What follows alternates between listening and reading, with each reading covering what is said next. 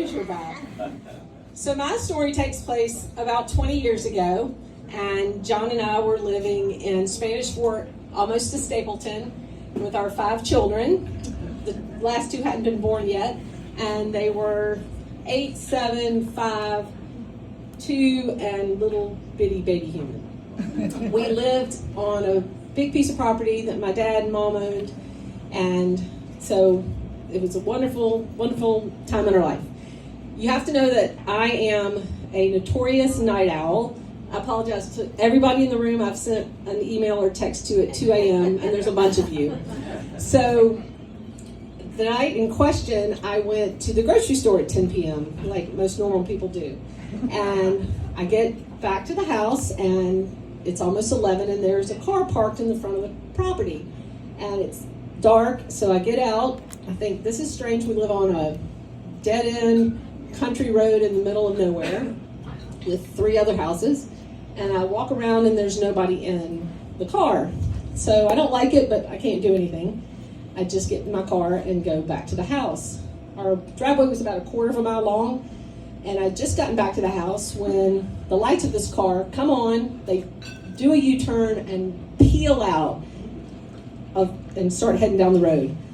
Well, I don't think anything through. I don't formulate a plan. My lizard brain says, go get them. And I said, oh, right. So I start to head across the field. I don't bother with the driveway.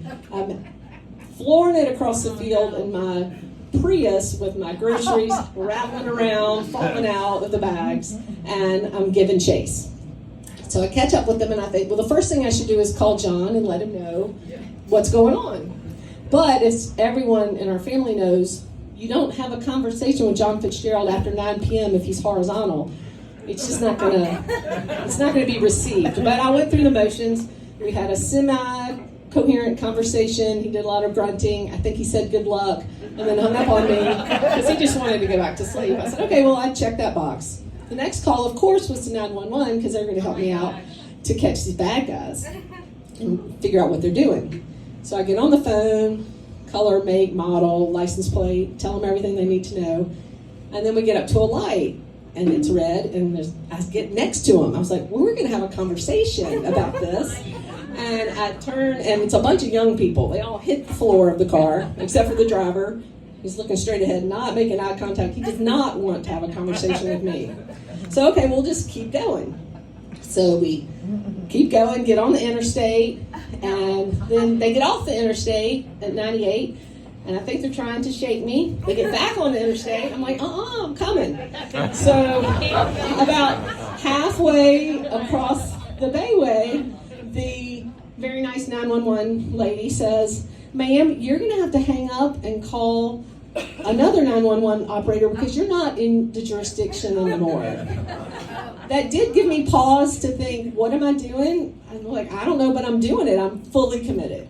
So I continue down the Bayway, chasing these young people, and we get off Water Street and start heading downtown. And I guess I watched a lot of Dukes of Hazzards because they could not lose me. I'm on them. Oh my gosh. We finally pull into a parking lot near Bienville Square. They park the car, and I kind of wait for them. They get out, and they're walking towards the bar. And I said, hey, I need to talk to y'all. And they timidly approached the car. And I said, I have 5 young children at home, and you left your car in our yard, and then you took off under very suspicious circumstances. And I was very frightened. And the boy looks at me with big eyes, and he says, well, frankly, ma'am, we're pretty frightened of you. I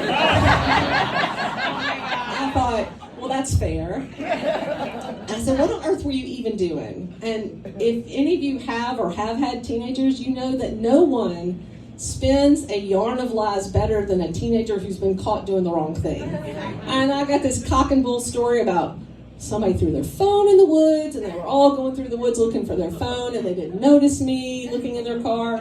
I was like, okay, well, we're never going to get to the truth of this. Don't do this again, okay? And what I found out was that one of the girls in the car was kind of the wild neighbor teenage girl who lived down the road. And somehow, not from me, her father found out. Her father was a no-nonsense, don't mess with Johnny. Like, you didn't want to be in trouble with Mr. Johnny, but you got in trouble with Mr. Johnny. And he calls me the next day and he says, I am so sorry, and they are coming to apologize.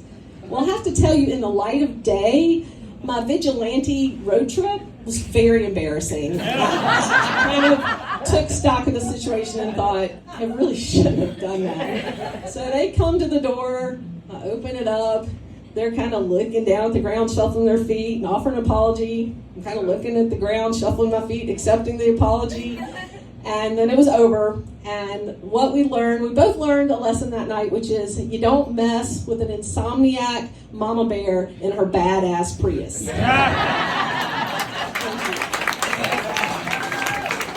Thank you.